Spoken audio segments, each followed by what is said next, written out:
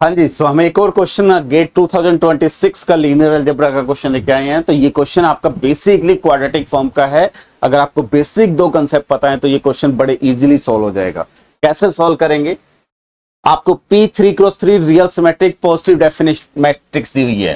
तो अगर मैं इसका क्वाड्रेटिक फॉर्म बनाता हूं Q which is U transpose P of U, वो क्या दिया हुआ है? Positive for all U not equal to 0। ये गिवन इंफॉर्मेशन है, हमें फाइंड करना है which of following is true. पहला कह रहा है कि Q transpose PQ is positive definite for all non zero Q। अगर कोई भी Q नॉन जीरो मैट्रिक्स लेंगे तो ये कह रहा है पॉजिटिव डेफिनेट। अगर मैं इसका क्वाड्रेटिक फॉर्म बनाता हूं से R of V which is V transpose Q transpose P Q V, इसको मैं लिख सकता हूं it is Q of V whole transpose P of Q of V, और इसको मैं लिख सकता हूं it is some W transpose P of W।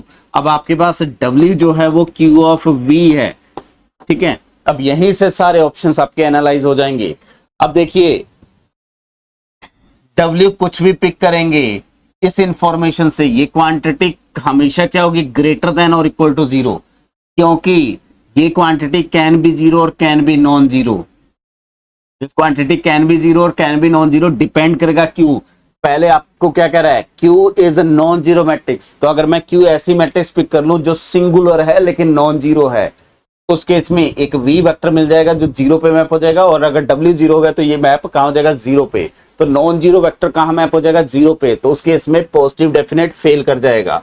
तो पहला ऑप्शन फॉल्स। उसमें आप Q मैट्रिक्स क्या पिक कर सकते हैं? मैं 2x2 में बात करता हूं तो 0 1 0 1, या ये पिक कर लो 0 1 0 0।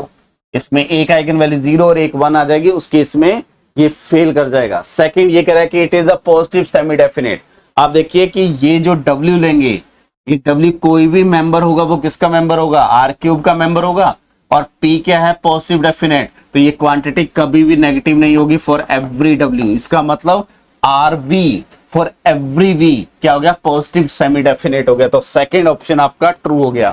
थर्ड ऑप्शन में Q अगर नॉन सिंगुलर है तो for every V belongs to R³, अगर V मेरा नॉन जीरो है तो implies W equal to QV, ये भी नॉन जीरो होगा। और अगर ये नॉन जीरो है तो इसका मतलब W transpose P of W जो किसको रिप्रेजेंट कर रहा है? R ऑफ V को, वो हमेशा क्या हो जाएगा? पॉजिटिव, क्योंकि P पॉजिटिव डेफिनेट है।